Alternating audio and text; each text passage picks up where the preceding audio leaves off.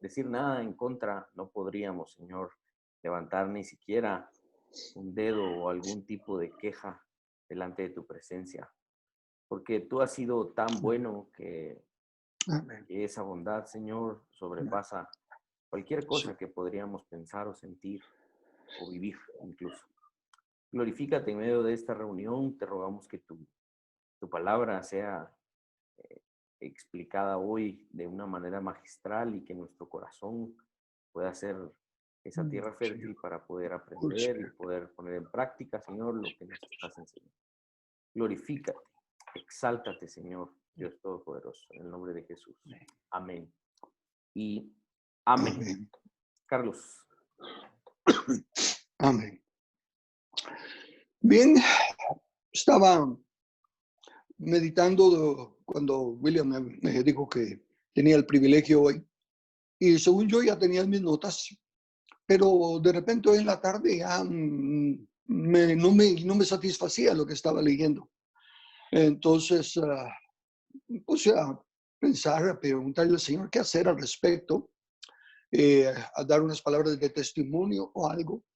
Pero platicando aquí mientras esperaba a ver qué hacía, me vino a la mente que lo que está pasando más que todo ahorita es temor, ¿verdad? La gente está siendo motivada por el temor.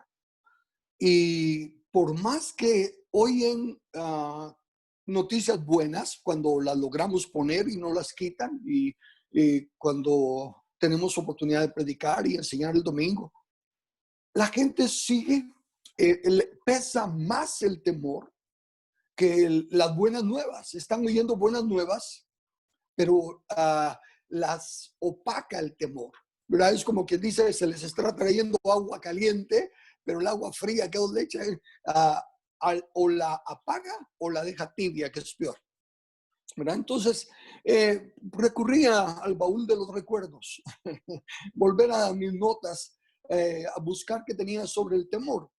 Y me encuentro con estas notas que quiero compartirles conforme vaya rememberando yo también lo que está aquí. Comienzo con una declaración de Bill Gothard cuando él empezó a impartir el seminario sobre problemas juveniles básicos, eh, y, y que dijo que lo que pasa es que él estaba hablando a los jóvenes y los jóvenes salían motivados de los seminarios, pero luego los padres no le entendían los principios que habían aprendido los jóvenes y entonces eventualmente pocos jóvenes seguían adelante porque la costumbre de la casa otra vez los opacaba. Entonces empezó el seminario de la familia y en una de sus muchas declaraciones él dice, los problemas de adultos son problemas de jóvenes que no fueron solucionados.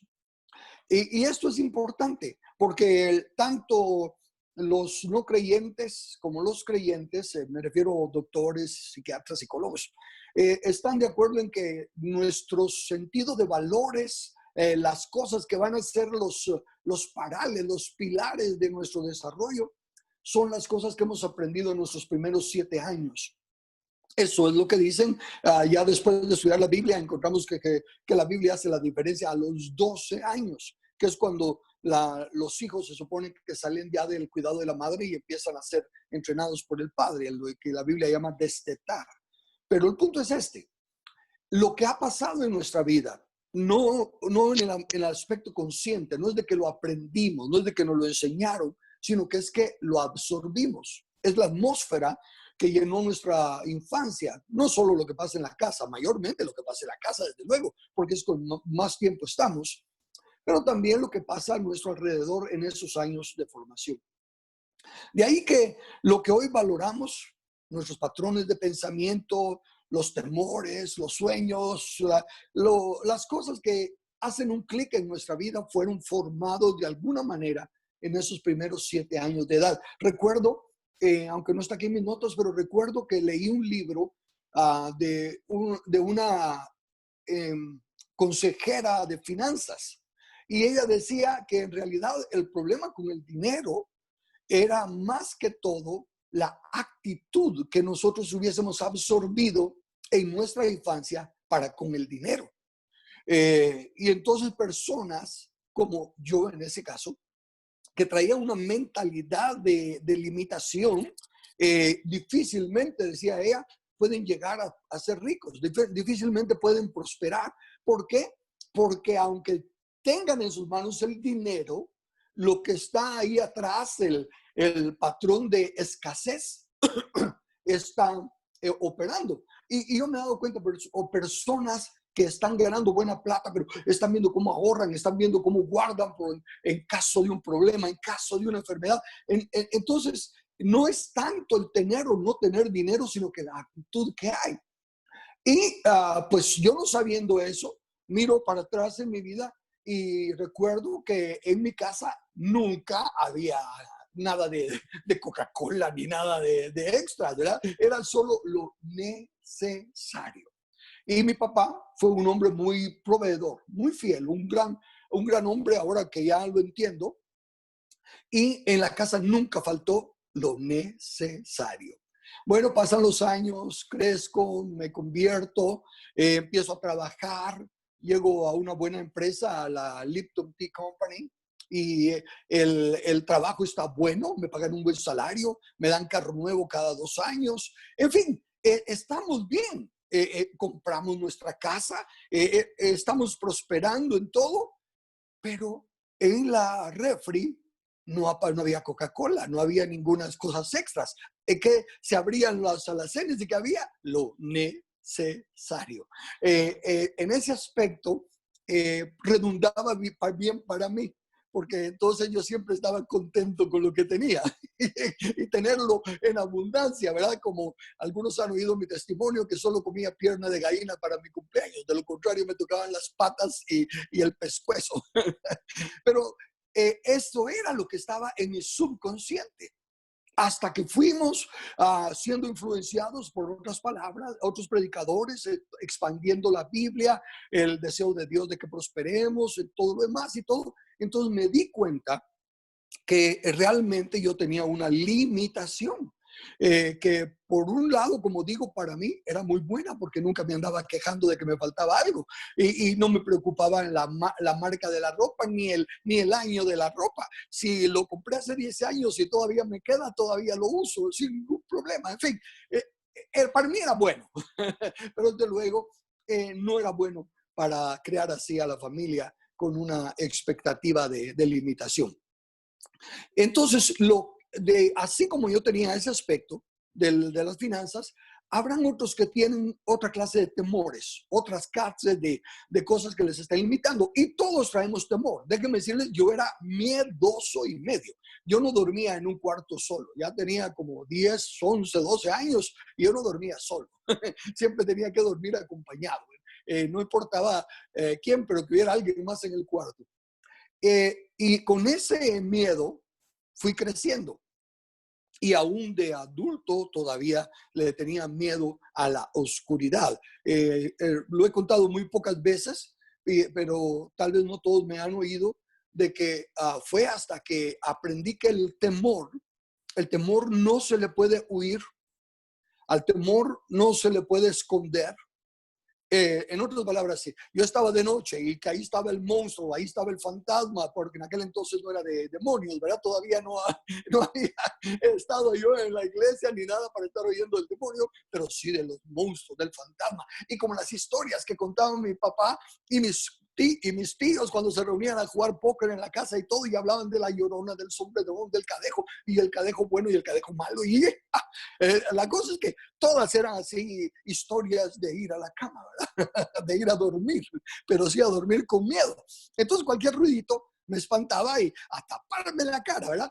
Imagínense, con taparse uno la cara, ¿verdad? Si hubiera algo, eso no ayuda en nada. Eso era el esconderse al miedo, no se puede. Huirle al miedo tampoco se puede. Y de esa manera crecí hasta que fui enseñado otra vez, aprendí que esto que les estoy diciendo, al temor hay que afrontarlo. Y entonces una noche ya casado con hijos, desde luego esto Lili lo sabía, y entonces cuando ya tuve que enfrentar el temor, pues nos pusimos de acuerdo y Lili se fue con los 2 hijos, que en aquel entonces teníamos un Dina y Brandon, a donde los suegros y yo me quedé solo en la casa, en la noche. Y ahí sí que se venían las películas aquellas, hasta el viento tiene miedo, todas esas cosas. Así que apagué las luces y empecé a caminar por la casa, ¿verdad? Señor, tú estás conmigo, tú dijiste que nunca nos dejarías llegar, y de repente vi una sombra en la ventana, ¿verdad? Y el susto que está ahí, bueno, era simplemente el árbol de afuera, el rosal que estaba muy pegado a la ventana, que más adelante le pasé la máquina cortadora de grama y lo desbaraté, porque me asustaba, chocaba con la ventana y parecía unas sombras, ¿verdad? En fin, pasaron varias cosas. Me golpeé en la espinilla caminando, me di con la mesita de centro en la sala, pero no prendía la luz porque yo decía, no hay nada, esta es mi casa, el único que está aquí es Dios conmigo y todo. Finalmente vino la paz, vino la tranquilidad y esa fue mi experiencia y vencí el miedo. Añado un paréntesis aquí solo como ilustración y como consejo a alguno de ustedes, si está luchando o si luchó y ya venció alguna cosa, no se crea el traidito de la película. Yo por lo tanto, a mí no me asustan las películas de miedo que son de ciencia ficción, de esas que son exageradotas, de que le sacan el ojo y le cortan la lengua. Esas no me asustan, pero de las que son de suspenso, las que son así de terror, esas no las miro. ¿Soy un miedoso? No quiero alimentar aquello que ya fue vencido, porque recuérdense que nada desaparece.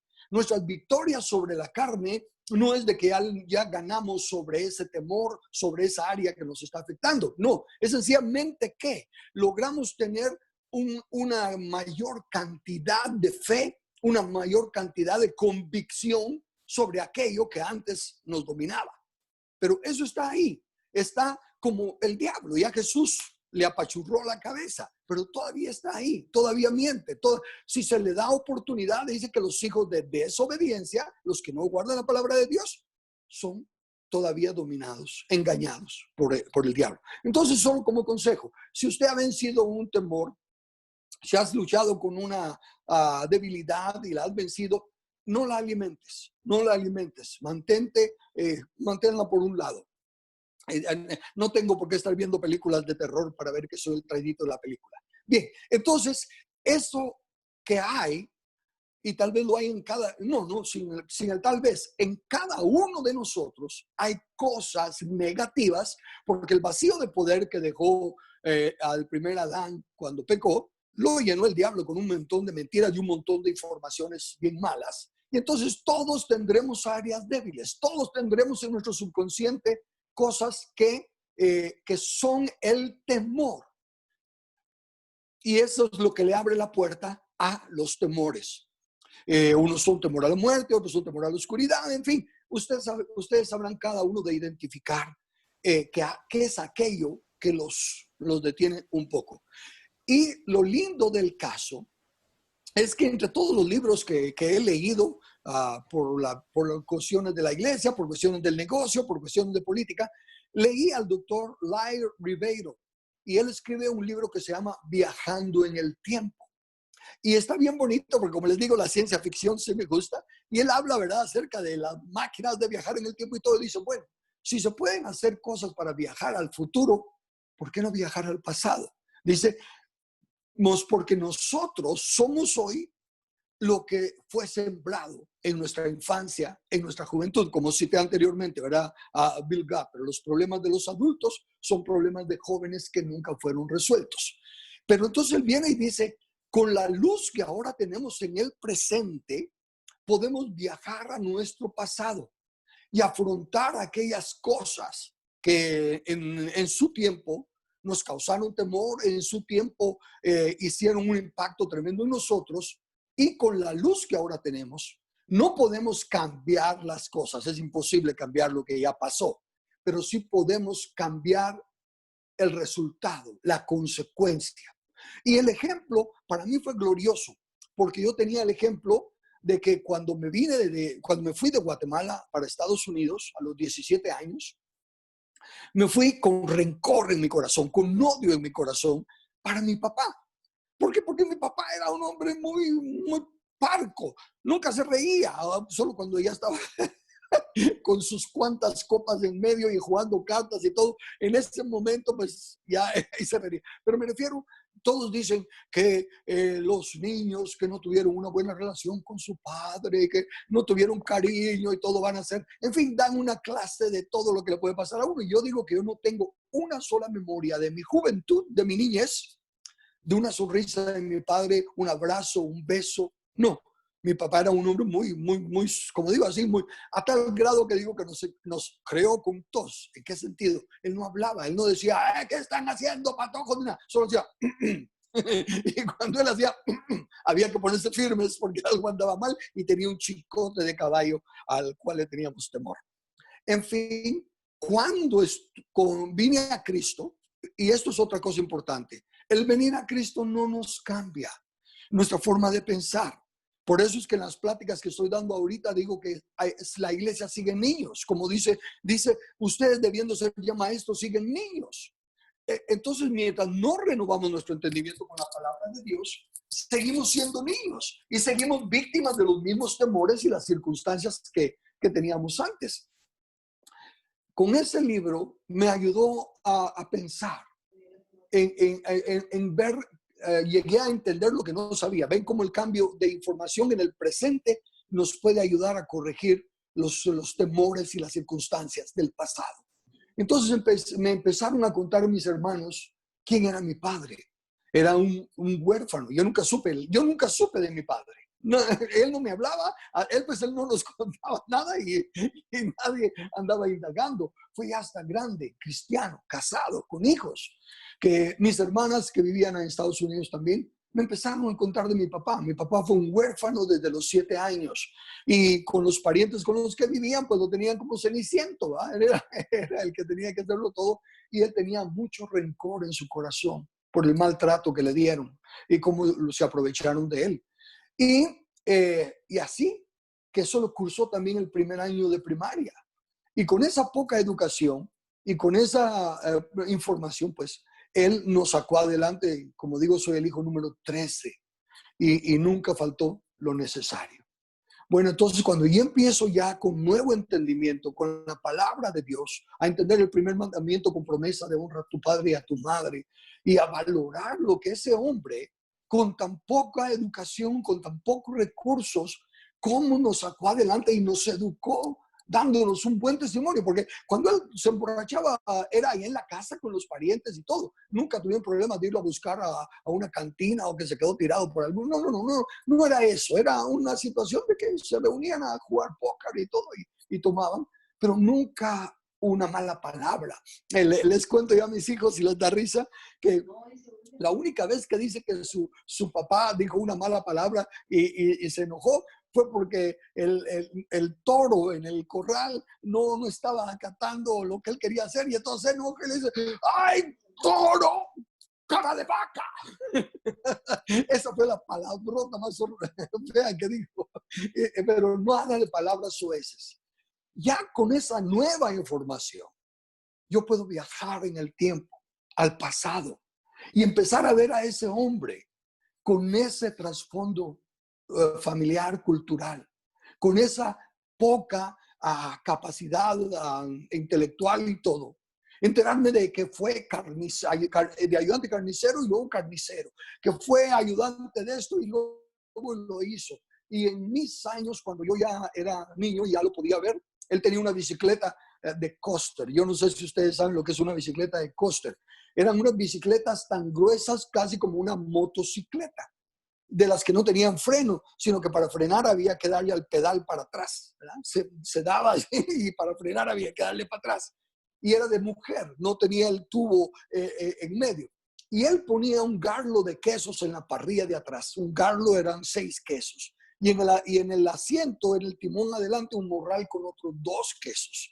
Y se iba por toda Guatemala en la bicicleta, ¿verdad? Toda la capital, desde luego, las diferentes tiendas a vender queso por cuartos, por medio queso, por queso entero. En fin, era un hombre trabajador y todo.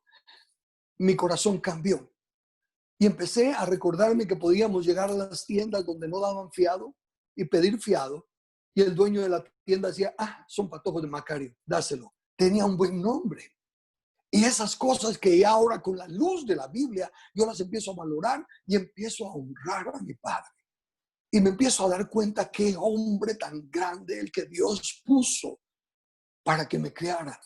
Su disciplina, el miedo que me causó el desobedecer, se convirtió en una cosa de las fortalezas más grandes que tengo en mi vida. Yo soy un hombre obediente. Yo sé respetar leyes, sé trabajar en equipo, sé reconocer cuando alguien está en la autoridad. Y eso me ha permitido muchos logros, mucho éxito en mi caminar cristiano. Y todo lo ahora veo que era lo que mi padre estaba haciendo. Pero con la astucia del enemigo, ¿se recuerdan que les he dicho que el enemigo agarra lo que es de Dios y lo manosea todo para que nosotros lo desechemos por sucio? Entonces toda esa disciplina de mi padre que me ha formado y me ha dado el carácter y la bendición que Dios ha podido derramar en mi vida, estaba siendo manoseada y se había convertido en una cosa en que yo detestaba, una cosa que yo odiaba. Y aún de cristiano, cuando le escribía a mi padre, lo bombardeaba con el evangelio, ¿verdad? No era un respeto, era aprovechar y dejarle saber, ¿verdad? Feliz cumpleaños, papá, pero la Biblia dice: ¿de qué le sirve al hombre si ganare todo el mundo y pierde su alma? ¿Verdad? Y cosas de esa índole. Hasta que viajando en el pasado, viajando en el tiempo, regresar al pasado y ver con los ojos de este nuevo entendimiento que ya tenía, y encontré en mi padre un héroe al cual honro aún hoy en día y en su muerte. En muchas oportunidades he estado ante miles de personas y he dado el testimonio de ese hombre. Y por lo general me gusta hacer la analogía de Salomón. Y digo, conozco a un señor, ¿verdad? Nunca digo que es mi padre. Y empiezo a desarrollar el tema. Y luego digo, si se le preguntase a ese hombre, ¿qué piensa usted del buen nombre? Él diría, Juan es un buen nombre, Miguel es un buen nombre. Él no sabía nada del concepto bíblico del buen nombre. Pero se le pregunta a Salomón: ¿y usted qué piensa del buen nombre? Dice: de más estima es el buen nombre que las muchas riquezas, y la buena fama más que la plata y el oro.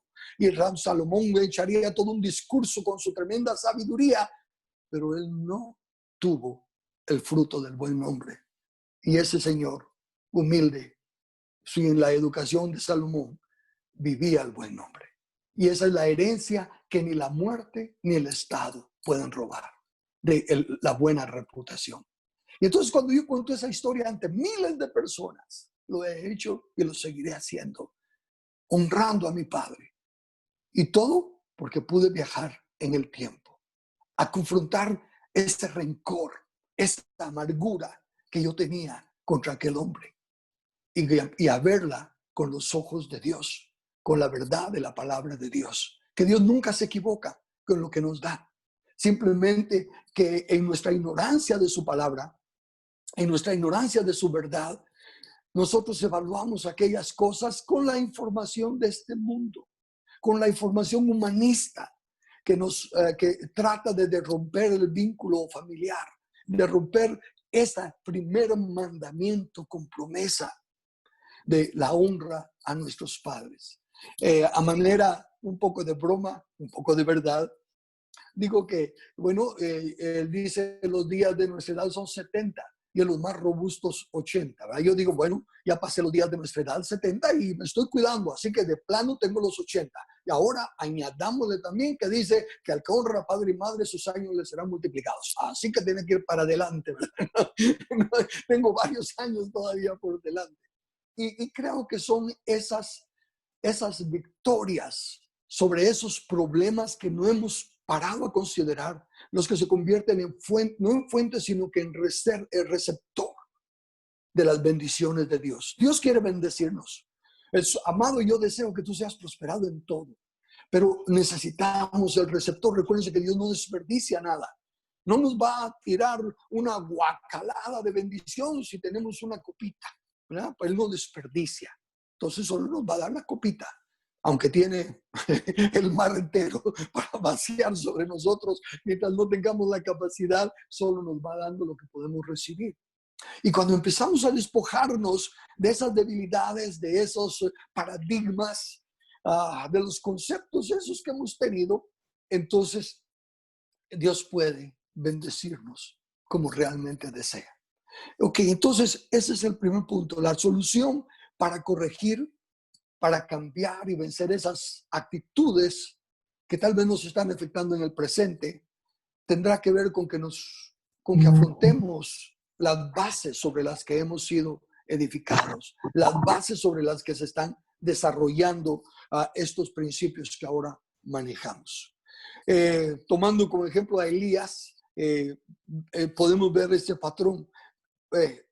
No voy a leer los textos porque ustedes ya saben, solo voy a referirme a que Elías ha orado y no ha llovido por 3 años y todo, y entonces cuando finalmente Dios le dice que se manifieste al rey, él se manifiesta al rey y viene y le dice, bueno, solo yo he quedado de los profetas de Jehová, ¿verdad? Y ustedes son muchos, así que reúnanme a los profetas de Baal, ¿verdad? Y nos vamos a reunir y ustedes conocen la historia. Se ponen todos los profetas de Baal, hacen el altar, ponen el becerro, empiezan a sacarse sangre, a estar clamando a Baal. Dice que desde la mañana hasta el mediodía y nada pasa, obviamente, porque Baal no puede responder. Elías se burla de ellos, les dice quizás está en el baño, está ocupado. Y cuando llega la hora del sacrificio, él viene y él les dice, lo que es más, hagámoslo un poquito más difícil. Hagan un surco alrededor del altar, échenle 7 veces agua y para que no quede la menor duda, ¿verdad? Que está mojado todo. Y clama a Dios y le dice, Señor, respóndeme para que esta gente sepa que tú eres el Dios, el único Dios. Y fuego cae del cielo y consume el sacrificio y toda la gente dice, Jehová es el Dios. Entonces matan a todos los sacerdotes de Baal. Y luego él va y se arrodilla, no se arrodilla, pone sobre las rodillas y se inclina y se pone a orar y le dice a su criado, mira, sube a ver cómo están las cosas por el mar, y le dice, no se ve nada, hazlo otra vez, hazlo 3 veces, y luego le dice, veo una nube como del tamaño de una mano. Imagínense eso, una nube así. Y Elías le dice, ve y dile al rey que corra porque viene un gran aguacero. Y entonces el rey se sube al carro y empieza a llover y Elías corre a pie y le gana a los caballos del rey. Tremendo, fíjense qué tremenda situación. Ha vencido a las culturas religiosas, ha vencido a dioses paganos, ha roto paradigmas y todo lo demás está victorioso sobre ellos. Dios le ha respaldado. Luego ha corrido más rápido que los caballos del rey. Ha confiado en Dios y Dios le ha dado una fortaleza indescriptible y ha hecho grandes cosas de esa manera. Pero luego, cuando Jezabel se entera de lo que ha pasado, le manda un mensaje y se manifiesta un temor de Elías a la muerte. ¿Se pueden dar cuenta de lo curioso de esta situación? Haber tenido grandes victorias, haber vencido a todos esos falsos profetas, haber hecho que lloviera, haber hecho que correr más rápido que los caballos. Y de repente, ante el anuncio de esa mujer malvada de que lo va a matar, toda su fortaleza se viene para abajo. Toda su victoria se convierte en prácticamente nada. El temor a la muerte es el temor más común en las personas. De hecho, en Hebreos dice que cuando Jesús destruyó al diablo, dice que despojó al que tenía el imperio de la muerte y que muchas personas por el temor a la muerte estaban siempre sujetas a esclavitud. Y en las pláticas que he estado compartiendo sobre el niño heredero, pero que nada difiere del esclavo, el factor principal es el temor a la muerte. Todo cristiano que ande con temor a la muerte todavía es niño, todavía no ha lidiado con esos paradigmas, con esas cosas. Y aunque tenga grandes victorias, aunque sea usado por Dios con señales y prodigios, aunque sea un gran maestro, un gran predicador, un apóstol, sea lo que sea, puede tener grandes victorias, como estando viendo aquí en Elías. Pero ese temor trae abajo toda la gloria trae abajo todo lo que se ha edificado. Por eso es importante tomarnos el tiempo, orar, pedirle a Dios que nos ayude a identificar qué cosas hay de nuestro pasado. Y aquí no estoy hablando, yo sé que hay muchas doctrinas de la sanidad, de las emociones y eso y lo otro. No, yo no estoy hablando de eso. Honestamente hablando, yo no creo en eso.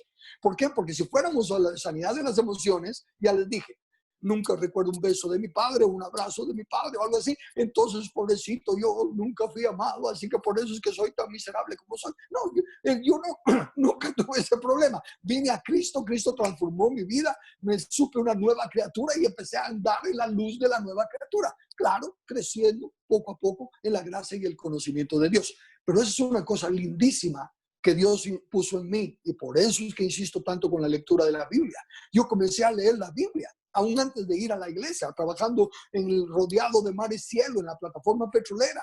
Todos los días leía la Biblia. Cuando ya dejé de trabajar en el mar y trabajaba en tierra, a la hora de almuerzo no me iba a las mesas del almuerzo, sino que me salía donde estaban los tubos, porque trabajaba todavía en un lugar donde arreglaban y hacían barcos.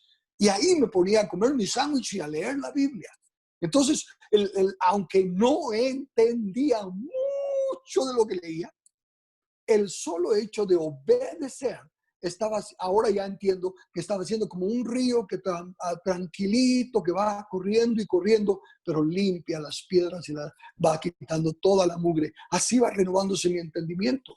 Y cuando finalmente llegué a la iglesia, conocía más Biblia que mis compañeros jóvenes, porque la había estado estudiando. Entonces, ese temor, ese algo que pueda estar limitándote, especialmente con todo esto que está pasando y que nos bombardea el diablo con tantos anuncios y quédate en casa mire, es un temor. Nadie conoce la pandemia, no se sabe que esto que lo otro. El proyecto del enemigo es infundir temor. El temor es la fe del diablo, porque el temor hace exactamente lo mismo que la fe. Fe es la certeza de lo que se espera, temor es la certeza de lo que se espera. Fe es la convicción de lo que no se ve, temor es la convicción de lo que no se ve. Solo que fe en positivo y temor en negativo.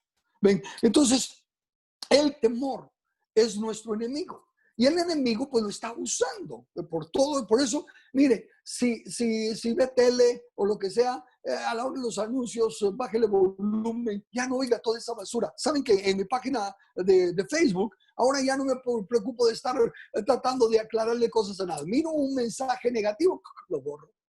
Ya simplemente lo borro, ni me pongo antes se respondía, trataba de aclararles que no es así, que es un engaño del enemigo, que todo es una confabulación y todo es un engaño y todo lo demás, pero ya no, simplemente los quito. No quiero estar leyendo negativismo. Y aún, noten lo que digo, negativismo aún de los cristianos. Miren, tenemos que orar por esto y por lo otro, o que esto, que aquí, que allá. No, están usando fraseología religiosa, pero el mensaje que están dando es de temor. El mensaje que están dando es del enemigo. No es un mensaje de victoria, no es un mensaje de fe. Entonces, Elías, a pesar de lo grandioso de todas las experiencias que había tenido, ahorita se encontraba en una situación en la que ya no podía pensar. Y se va huyendo a esconder a una cueva. Y aquí él huye en lugar de afrontar su situación. Y como les dije al principio, al miedo no se le puede huir. ¿Por qué? Porque el miedo va adentro de nosotros. Vayamos a donde vayamos, nos va a alcanzar. Hay una porción de la Biblia cuando quieren matar a Nehemías, creo que es a Nehemías, creo que sí. Ya ahorita se me olvida el nombre del profeta, Jeremías, lo quieren matar. Y entonces Jeremías viene y dice, bueno, si me quieren matar, aquí estoy, pero van a matar a un hombre justo porque yo no he hecho nada. ¿Verdad? Yo he estado diciendo la verdad. Y entonces los príncipes vienen y dicen, miren, tiene razón. ¿Saben qué? Fulano de tal, y se me escapa el nombre, estuvo profetizando lo mismo que Elías. Y cuando oyó que lo iban a matar, se fue huyendo a Egipto, y hasta Egipto enviaron hombres y lo mataron. ¿Sí? Al miedo no se le puede huir. El miedo hay que enfrentarlo. ¿Verdad? Entonces ese miedo a la oscuridad lo tuve que enfrentar. y fue la forma de vencerlo. No se le puede huir y no se puede uno esconder de él. Dennis Peacock, en su libro Haciendo negocios a la manera de Dios, dice, el poder de Dios está protegido por problemas.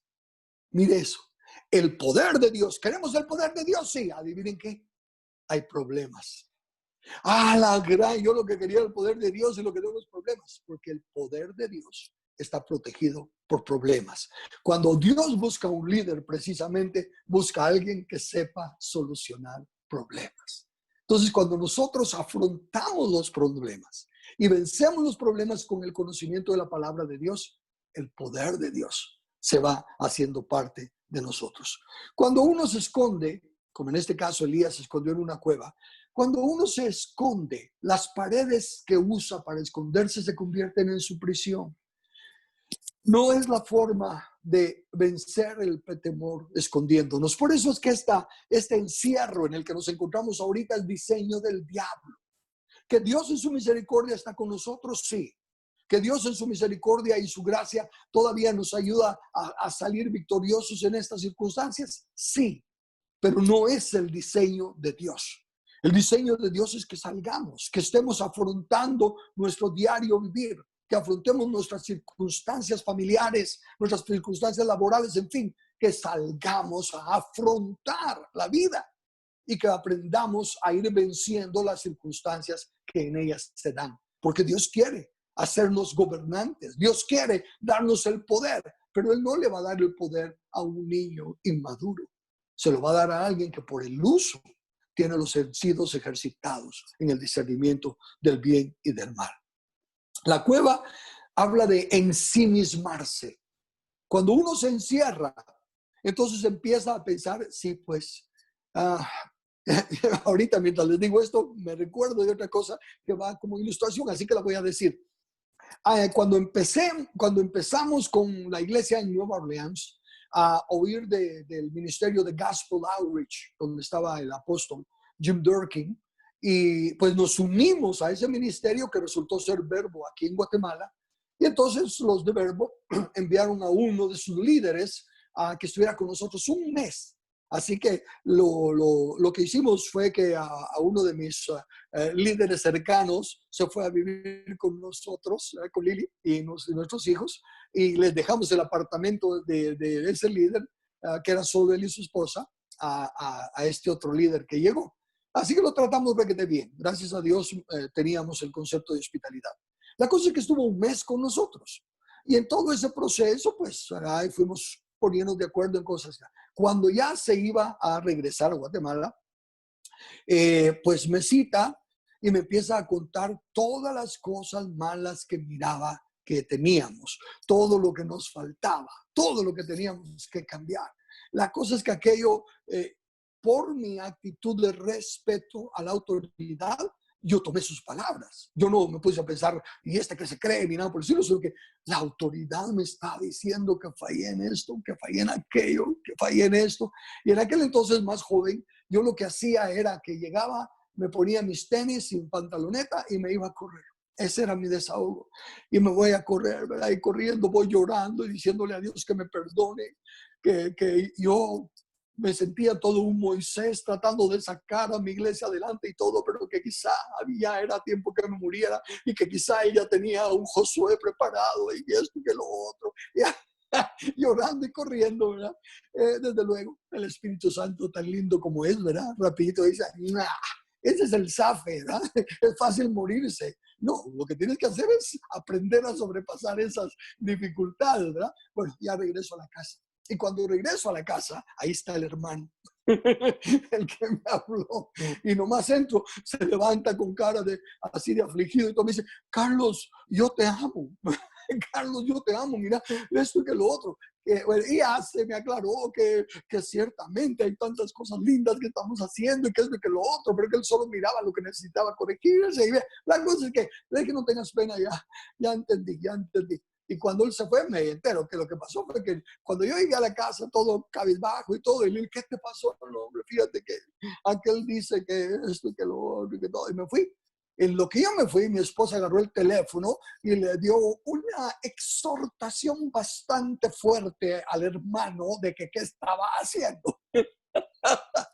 Entonces, cuando regresé, por eso me que ya él estaba ahí. Pero el punto es, ven, a pesar de que uno está sinceramente involucrado y todo, esas malas noticias, esos pequeños clics que nos traen abajo, no por lo que nos dijeron. Porque ¿acaso no te han dicho cosas que no son dignas, que no son buenas, que no son fáciles de recibir? ¿No has oído insultos? ¿No has oído gente que te desprecia y todo lo demás y no te pasa nada? No. ¿Por qué? Porque esas palabras no han encontrado algo en ti. Pero cuando alguien te dice algo que choca con algo que hay dentro de ti, entonces se forma la conexión y se produce el temor, se produce el decaimiento. Y ese algo es el que tenemos que estar, como digo, viajando en el tiempo y corrigiéndolo para que ya no nos afecte más. Entonces, cuando Dios viene a sacarnos de la cueva, lo primero que hace es remover nuestros falsos fundamentos. Un terremoto, dice, que primero pasó un terremoto sacudiendo el fundamento. La Biblia dice que, y esta frase, aún una vez, indica la remoción de las cosas movibles como cosas hechas para que queden las inconmovibles. Ven, las cosas hechas son las del enemigo. Lo inconmovible es la imagen de Dios en nosotros. Lo inconmovible es la gracia de Dios para que nosotros podamos hacer su voluntad. Lo inconmovible, el que nos crió para que tengamos victoria. Pero las cosas hechas son todas las artimañas del enemigo. Y el terremoto es para sacudir ese falso fundamento, para que se quede la palabra que es roca firme, sobre la cual sí podemos edificar nuestra vida y lo que tengamos por delante. La segunda cosa es de que la Biblia es la única base sólida. Aún los inconversos, hay varias personas que no eran seguidores de Cristo ni de Dios, pero encontraban en la Biblia la fuente de información, la fuente de motivación para hacer las cosas. Y los principios y valores como sembrar y cosechar versus los conceptos humanistas, temporales y circunstanciales, tienen que ser cambiados, tienen que ser vencidos con los principios estos que acabo de mencionar de Dios. El fuego lo que hace, porque primero un terremoto, después fuego, el fuego es juicio cuando es una forma de castigo de Dios. Pero en este caso Dios no está castigando a Elías. El fuego entonces se convierte en un elemento purificador. Quema la escoria, quema a la paja, quema lo que tiene que ser quitado. Lo que no nos permite ver la realidad de la victoria que tenemos en Cristo. Porque en Él somos más que vencedores. Porque en Él el poder que hay en nosotros es mayor que el que está en el mundo.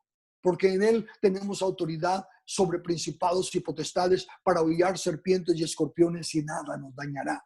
En fin, entonces el fuego de la aflicción, dice Pedro más adelante en sus epístolas, que no nos sorprenda el fuego de prueba que ha venido sobre nosotros como si alguna cosa extraña pasara. Porque es necesario que nosotros seamos también purificados por el fuego de la prueba. Y el éxito aparente, la fama que teníamos o creíamos tener, las victorias que creíamos haber ganado, si no soportan la prueba del fuego, quiere decir que fueron material que se derrite, fueron hechas con material que no soporta el juicio de la prueba de Dios y por lo tanto son quemados.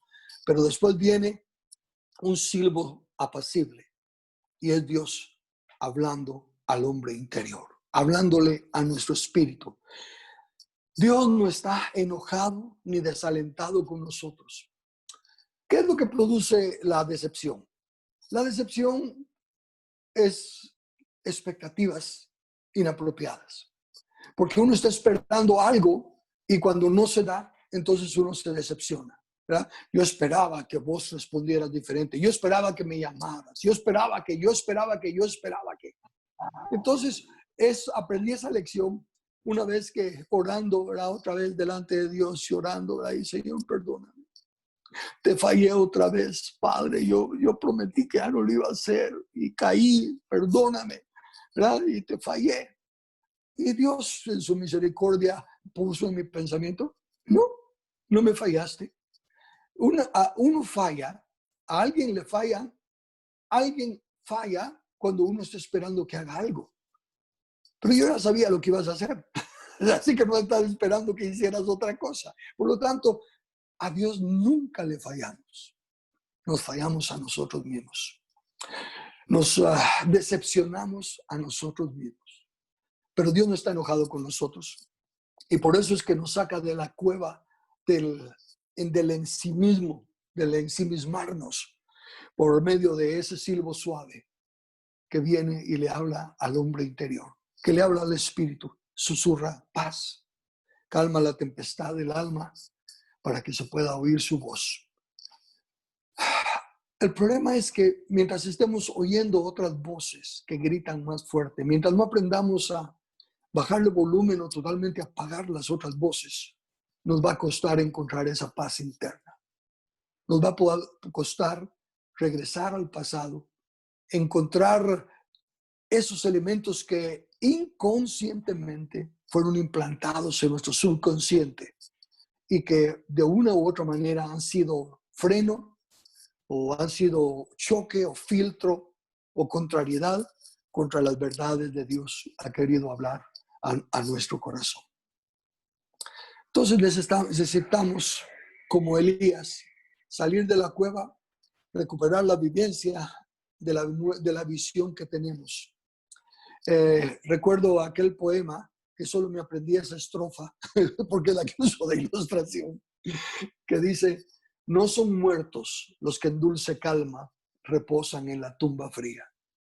Muertos son los que tienen muerta el alma y viven todavía. No es victorioso, no es vencedor, no es campeón, no es grande el que anda en grandes manifestaciones y en grandes cosas. Eso, cuando viene el fuego, se quema. Es grande el que, sin importar lo que tenga, está contento, cualquiera que sea su situación, consciente de que si Dios es conmigo, ¿quién contra mí? Y que nunca me faltará lo necesario, porque Él siempre suplirá, y aún más allá de lo que pedimos o entendemos. Y por último, quisiera solo llamar su atención a que a veces nos comparamos con los grandes líderes y decimos, yo nunca le voy a llegar a eso, o miramos a los otros famosos y nada. Pero hay casos tan lindos de ejemplos en las vidas cotidianas, en la Biblia también desde luego, pero me refiero a vidas cotidianas, de personas que conocemos y de otras personas que no conocemos. Por ejemplo, si les pregunto, ¿oyeron hablar alguna vez de Mordecai Ham?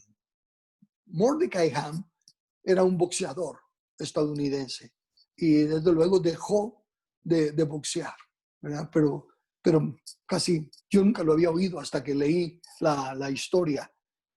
Ahora, si les pregunto, ¿oyeron hablar de Bill Graham? Es casi seguro que sí, ¿verdad? ¿Y qué tiene que ver esto? Bueno, Mordecai Ham dejó de boxear porque se convirtió, reconoció al Señor como Salvador y se convirtió en un predicador. Y predicaba él fue uno de los primeros en andar predicando en campañas, ¿verdad? En tiendas de campaña, como circo.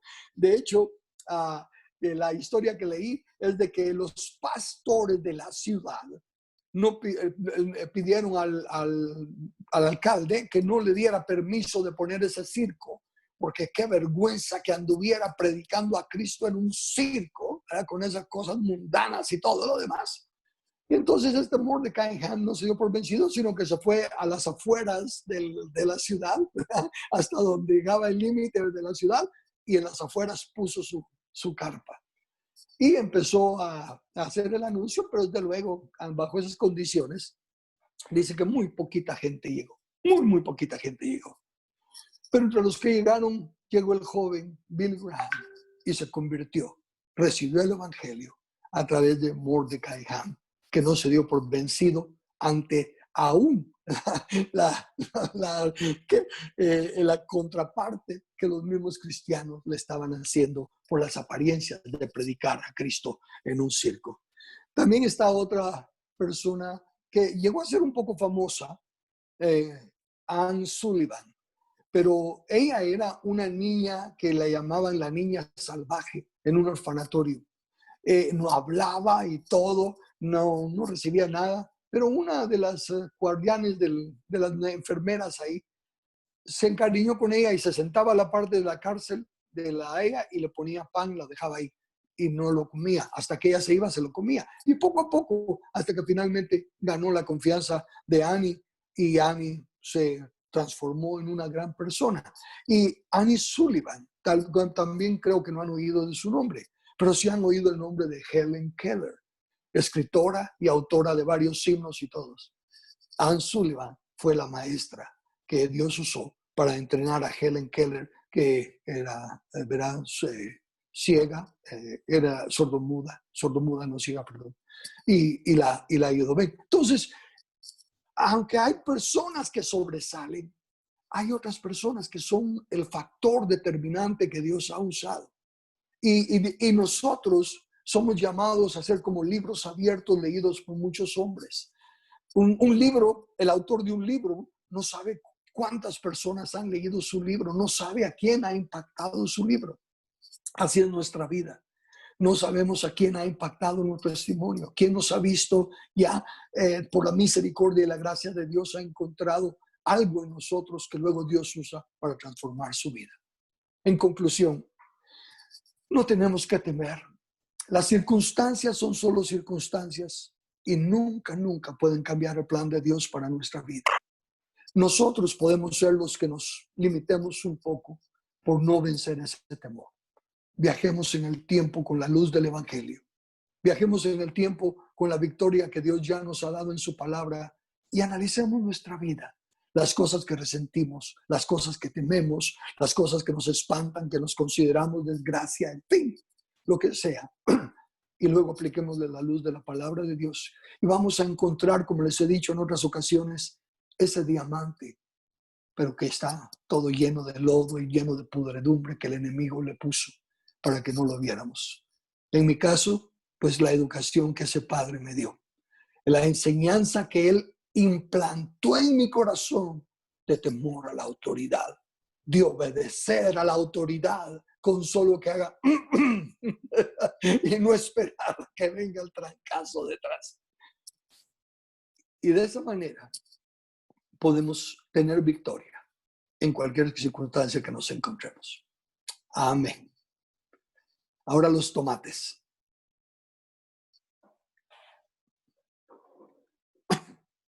Amén. Buenas noches, Carlitos. Ahí va mi primer tomate.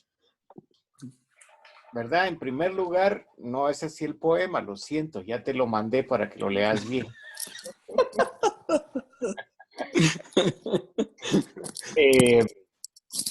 Una de las situaciones que he visto ahora, pues así como Carlos y muchos de ustedes hacen, es que la mayor parte de mi vida presente, pues ha sido transformada por el Señor, porque yo sigo firme con que nadie puede tener un encuentro personal con Cristo y seguir igual. Yo soy un ejemplo de eso. Estuve a punto de perder mi matrimonio, mis hijos, mi trabajo, hasta que el Señor tuvo la misericordia de encontrarme y yo de obedecer, porque si no pongo de mi parte, créanme, no hay mucho. Como dice Carlos, no cambia uno de pensamiento hasta que realmente se involucra, ¿verdad? Entonces, en este tiempo, encuentros muy especiales con personas a las cuales respeto. Uno de ellos tuve un encontronazo en un chat por una cosa que él puso en su... Y se las voy a leer, por aquí la tengo.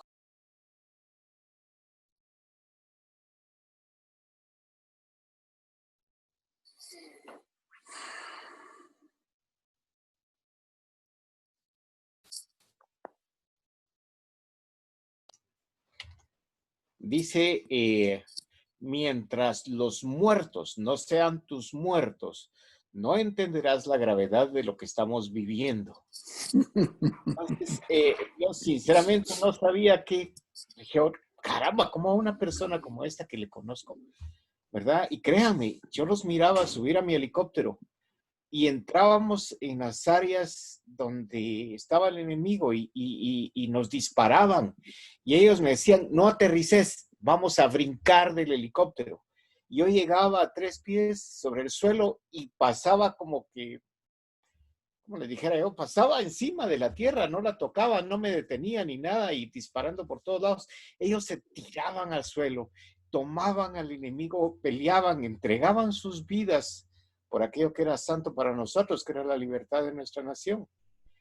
Y ahora vienen, él, un veterano de guerra con condecoraciones de combate, quédate en casa. Ah, Entonces le digo, ¿cómo puede ser posible? Le dije que haya temor en su corazón. No es temor, es precaución. Entonces me di cuenta que nadie puede oír si no quiere oír. Es más, uno puede enojarse demasiado por estas situaciones, ¿verdad? Y lo mejor que puede hacer uno es cambiar, o sea, yo no puedo cambiarlo a él, no puedo cambiar a nadie, lo único que puedo cambiar es a Erwin Sagastume. Entonces eso fue lo que hice. Y en lugar de estar dándome en la torre, porque hasta le pedí consejo a Carlos, que le contesto a este güey, ¿verdad? Entonces, y le contesté, y lo único que se volvió fue uno para acá, otro para allá, otro para allá, hasta el punto en que le dije, perdone, no quiero, él es de mayor graduación que la mía. Le dije, perdone, no es mi intención ofenderlo. Usted sabe que lo respeto, usted sabe que lo aprecio, ¿verdad? Entonces, y aunque nosotros estemos en total desacuerdo, es bueno hablar con usted. La mansa palabra aplaca la ira, lo dejamos por un lado, pero sigo mandando mensajes suaves al chat donde estamos nosotros unidos, ¿verdad? Y ha llegado al punto en que ellos son parte de una autoridad dentro de un residencial donde yo vivía antes, y entonces ellos quieren, por ejemplo, no quieren que la gente salga a caminar a la calle, no quieren que la gente salga a pasear a sus perros. Quédate en casa, porque respeta para que te respeten y todo. Entonces, comencé a decirles, miren, ustedes son autoridad, deben respetar los derechos de las personas. Sí, pero es que la salud es responsabilidad de cada uno. ¿No cree usted? ¿Verdad? Y como dice Carlos, hablarles acerca del temor, decirles, una persona como ustedes, que se enfrentó a un enemigo cuyas balas mataban más personas que el COVID, ahora vienen y están, en ese tiempo no les importaba mucho su salud, ¿verdad? Pero ha afectado tanto el pensamiento de las personas, porque es el pensamiento. Y sí, hay gente que está muriendo de la enfermedad, pero igual, si ustedes miran las cifras, también han muerto de gripe o de otras enfermedades, por igual, ¿verdad? Entonces, el miedo mata más que un virus o alguna otra cosa. De hecho, nosotros y nuestros enemigos durante la guerra utilizábamos eso para permear los corazones de nuestros enemigos. Eh, hacíamos campañas para cambiarles el pensamiento, ¿verdad? Estás peleando en contra del pueblo, arrepiéntete. Cosas como esas, ¿verdad? Y permeaban en algunas personas y se rendían o ya no querían pelear. Lamentablemente también pasaba eso de nuestro lado, ¿verdad? Entonces, y agarrando las palabras de Carlos, a veces lo que tenemos que hacer es estar convencidos nosotros y nuestra actuación sirva de luz a los demás. Y no sabemos a quién estamos al hablar o al oírnos decir algo acerca del Señor. No sabemos a quiénes estamos influenciando o alcanzando, ¿verdad? Se gana más buscando la dirección de Dios, poniendo en nuestro corazón el temor de Dios, que el miedo, ¿verdad? Y como dice Carlos, las cosas son tan iguales que lo único que cambian es en quién ponemos nuestra fe, en el COVID o en Dios. Amén.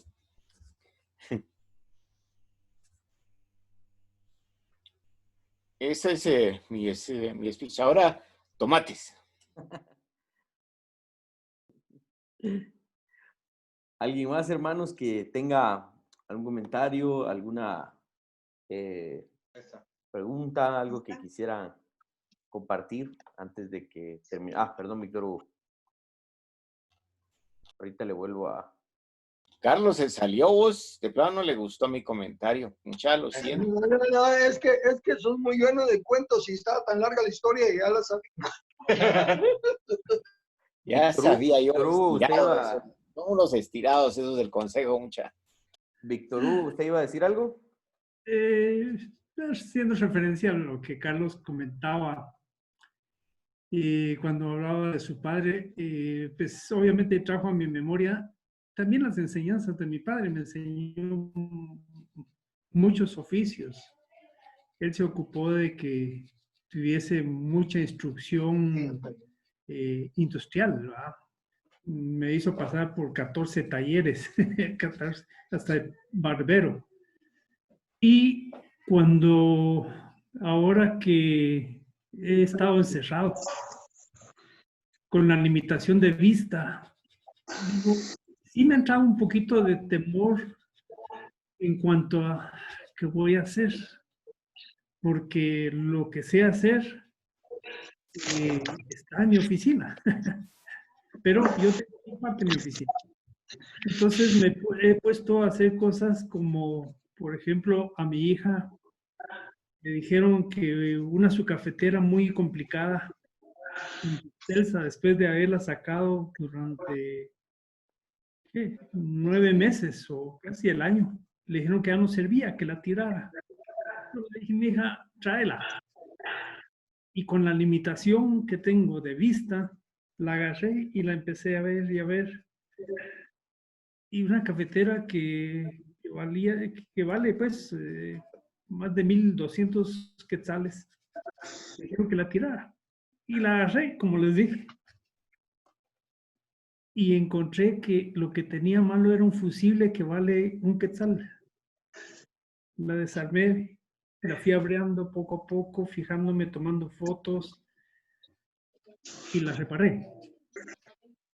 Ese temor a no hacer las cosas lo he venido venciendo y cada día me postro, eso sí, cada día me postro, le digo, Señor, dame un poco de vista que pueda ver más. Y entre eso se arruinó el microondas de la casa también. Y aquí estoy reparándolo.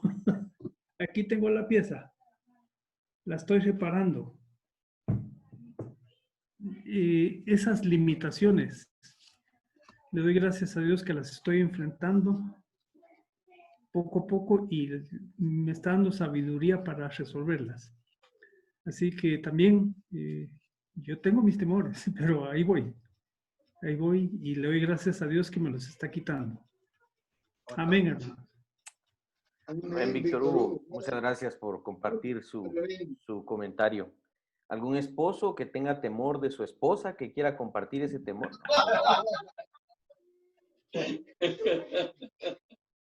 Porque al contrario, nunca es. Las esposas nunca tienen temor de los esposos. Bueno,